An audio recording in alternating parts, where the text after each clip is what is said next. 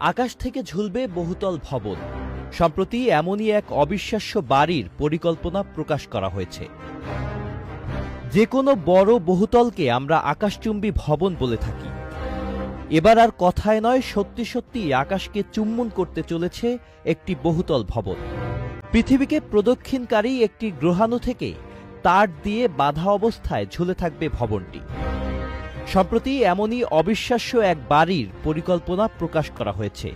বাড়িটির পরিকল্পনা করা হয়েছে স্পেস লিফটের ধারণার উপর ভিত্তি করে। বহুতলটির নাম দেয়া হয়েছে অ্যানালেমা টাওয়ার। তৈরি হওয়ার পর এটি হবে বিশ্বের সবচেয়ে উঁচু ভবন। রেস্তোরাঁ, দোকান, অফিস, বাগান, অ্যাপার্টমেন্ট, এমনকি ঈশ্বরের উপাসনার জায়গাও থাকবে শত শত তলার এই ভবনটিতে।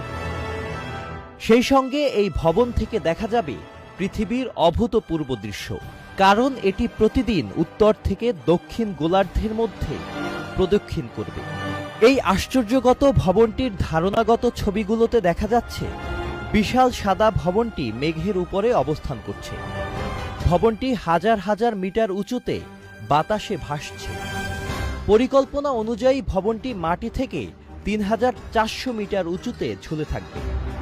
শুধুমাত্র ড্রোনের মাধ্যমে যাওয়া যাবে ভবনটিতে।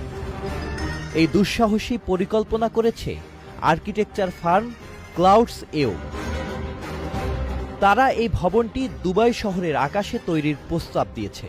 তাদের পরিকল্পনা হলো একটি গ্রহাণুকে পৃথিবীর কক্ষপথে পাঠিয়ে তা থেকে উচ্চ শক্তির তার ঝুলিয়ে সেই তারের উপর ভবনটি নির্মাণ করা।